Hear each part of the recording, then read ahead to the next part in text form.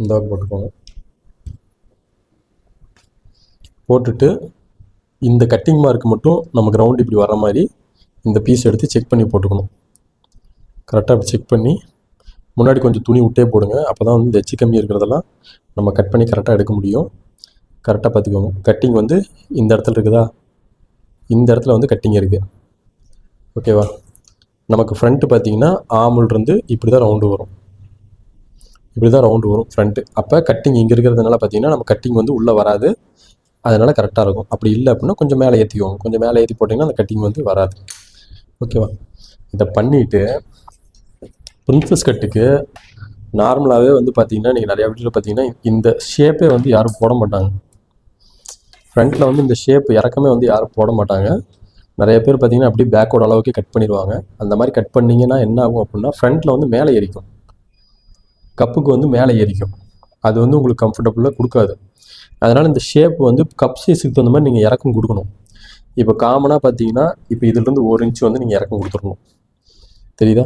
இதிலிருந்து 1 இன்ச், இந்த கட்டிங்கிலிருந்து 1 இன்ச் வந்து நீங்கள் இறக்கம் கொடுத்துடணும். இது வந்து காமனான சைஸ்.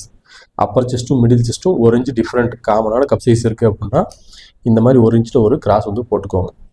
போட்டுட்டு இந்த ஷோல்டர் இருக்குல்ல, இந்த ஷோல்டர் லைனை அப்படியே கட் பண்ணி எடுத்துடுங்க.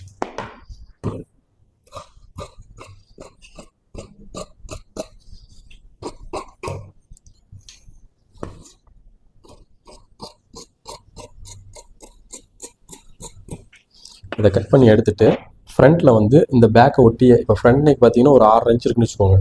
6 இன்ச் வரையும் இந்த பேக்கோட அளவுக்கு கரெக்டாக கட் பண்ணிவிட்டு இங்கேருந்து லைட்டாக அந்த பிடிக்கிற அளவு 4 இன்ச் எக்ஸ்ட்ரா விட்டு கட் பண்ணணும். ஓகேவா? அதனால தான் இந்த எக்ஸ்ட்ரா துணி வந்து விட சொன்னேன். இங்கே பாருங்கள் எப்படி கட் பண்ணுறேன்னு. கரெக்டாக அந்த பேக்கோட அளவுக்கு கட் பண்ணிவிட்டு இங்கேருந்து அப்படியே கிராஸ் பண்ணி ஒரு 4 இன்ச் அளவுக்கு கேப்.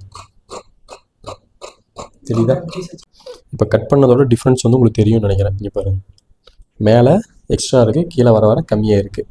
அது ஏன் அப்படின்னா நீங்கள் நெக்கு வரையும் பார்த்தீங்கன்னா கரெக்டாக பேக்கோட அளவுக்கு கட் பண்ணிடணும். அதுலேருந்து கீழே வரும்போது பிசுறு விட்டுறணும். நம்ம பிடிச்சி தைப்போம்ல, அதுக்கான பிசுறு விட்டுறணும். ஏன் இது வரையும் நம்ம பேக்கோட அளவு க்ளோஸ் பண்ணி கட் பண்ணுறோம் அப்படின்னா இதுலேருந்து நம்ம 1/2 இன்ச் உள்ளே பிடிச்சி ஸ்டிச் பண்ணிடுவோம். கரெக்டாக? இப்போ அடித்து திருப்பும்போது பார்த்தீங்கன்னா இதுலேருந்து 1/2 இன்ச் போயிடும். இது எதுக்கு அப்படின்னா ஃப்ரண்ட்டில் வந்து அந்த லூஸ் விழுகுதில்ல, அந்த லூஸ் வந்து விழுகாமல் இருக்கிறதுக்காக தான் வந்து நம்ம இந்த அளவுக்கு உள்ளே தள்ளுறோம். இப்போ நார்மல் பீஸுக்கு நம்ம கிராஸ் கட் பண்ணுறோம். பிரின்சஸ் கட்டுக்கு அதே மாதிரியே நீங்கள் ஷேப் இந்த மாதிரி கிராஸ் கட் பண்ணிடணும்.